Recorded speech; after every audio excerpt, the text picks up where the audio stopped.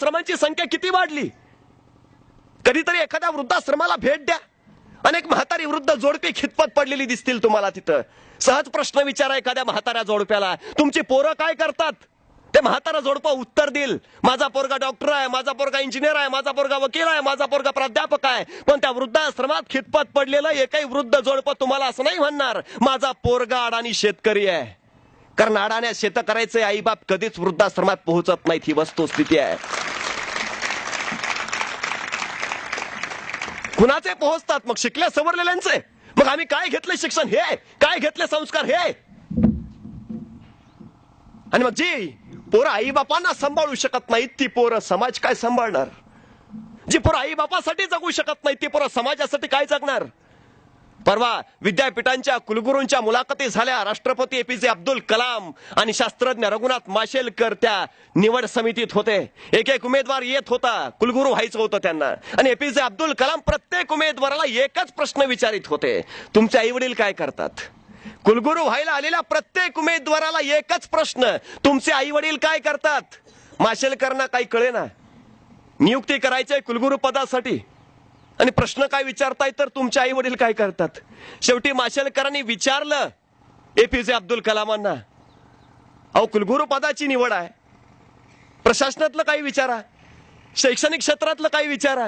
हा काय प्रश्न झाला काय की तुमचे आई वडील काय करतात. एपीजे कलाम त्यावेळी कडाडले, अहो जो माणूस आई बापाला सांभाळू शकत नाही तो माणूस विद्यापीठ काय सांभाळणार. येतं आम्हाला सांभाळता, येतं आम्हाला सांगता, नाही येत. कसला समाज घडवतोय आम्ही, कसली पिढी घडवतोय आम्ही. आणि मग आमचं जग आम्हाला बरं वाटतं, तेवढं पुरतं खरं वाटतं. आणि मग चालता चालता सगळं चांगलं वाटतं. हे आमचं जग असतं, आम्ही निर्माण केलेलं असतं. आणि मग तरुण पिढी वाहवत जाते, तरुण पिढी वाया जाते. नाक्यावर टक्क्यावर टपोरगिरी करत फिरते, सिगारेटची थोटकावडी थिंडते. बापाच्या पोरावर, बापाच्या खांद्यावर पोराची प्रेत येऊ लागतात. समाज हळहळतो, वळवळतो, थोडासा सळसळतो, थोडासा चवताळतो. अरे कसं चाललंय, काय चाललंय, कुठं निघाला समाज, कोण जबाबदार आहे याला. पोरांनी थोर व्हावं यासाठी थोरांनी अल्पकाळ पोर व्हावं लागतं. झालो आम्ही. कशाचा अभाव संस्काराचा दिले आम्ही. आपला बाप कोण असेल हे आपल्या हातात नसतं, पण आपण कुणाचा बाप व्हावं हे मात्र आपल्या हातात असतं. आपल्याला वाटतं आपल्या पोटी तुकाराम जन्माला यावा, आपल्याला वाटतं आपल्या पोटी शिवाजी जन्माला यावा, आपल्या पोटी विवेकानंद यावेत, आपल्या पोटी ज्ञानेश्वर यावेत. वाटतं आपल्याला, नाही वाटत. नाहीतर आत्ताच्या पोरांची नावं असती ना, शिवाजी तुकाराम, किती जणांची नाव आहेत. बारशात आपल्या पोराचं पाळण्यात आपण नाव काय ठेवतो याच्यावरनं आपल्या पोरांनी काय व्हावं हे आपल्याला वाटत असतं. आठवा, नावं आठवा. पोराचं नाव अक्षय, पोरग 30व्या वर्षी क्षयानं जातं. कशाला ठेवता नावं. भराना बळ त्याच्या पावलात, भराना बळ त्याच्या छातीत, ध्याना संस्कार त्याला. काय संस्कार देतो आम्ही, काय कमाव, पैसा कमाव, किती कमाव, कशाला कमाव, कसले संस्कार आमचे.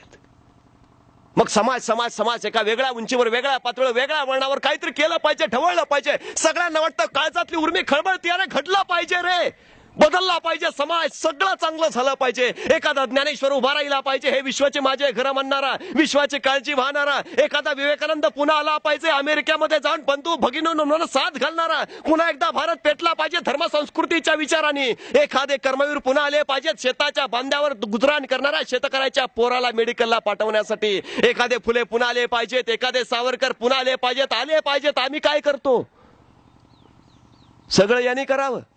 राज्य शिवाजींनी निर्माण करावं, ज्ञान ज्ञानेश्वरांनी द्यावं, समाज सुधारणा फुल्यांनी करावी आणि आम्ही यांच्या जयंत्या पुण्यतिथ्या साजऱ्या कराव्या. आम्ही काय करतो मग. प्रश्न पडतो आम्हाला. राज्याची बेदरकार अवस्था बघितली की वाटतं शिवाजींचं राज्य असायला हवं होतं. म्हणजे 350 वर्षापूर्वी शिवाजींनी एवढं कर्तृत्व केलं तरी 350 वर्षानंतर अजून आम्हाला शिवाजींची गरज पडते. अरे हा तर शिवाजींचा पराभव आहे. नाही टिकवता आला आम्हाला, नाही विचार वारसा जोपासता आला आम्हाला, पराभूत ठरलोय आम्ही. आज आम्हाला वाटतं शाहू असायला हवे होते, त्यांच्या काळात त्यांनी केलं नाही, नाही पेलवलं आम्हाला, नाही झेलता आला आम्हाला, पराभूत आहे आम्ही.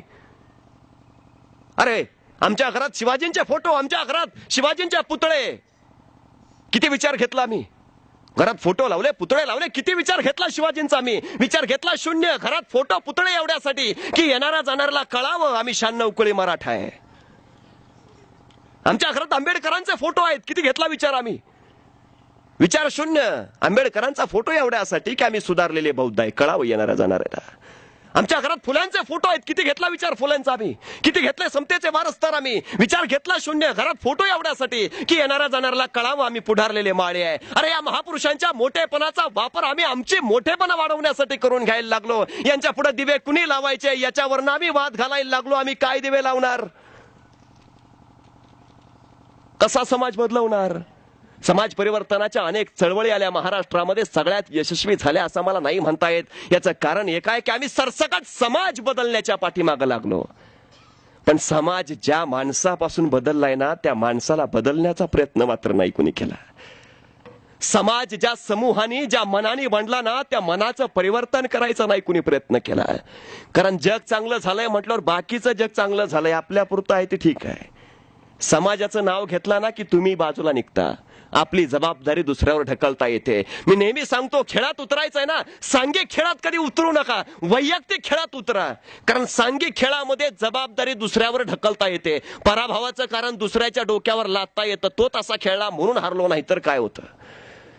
एकट्यावर जबाबदारी घ्यायची ताकद आमच्या यंगे यायला हवी, तर काहीतरी आम्ही परिवर्तन घडवू शकू.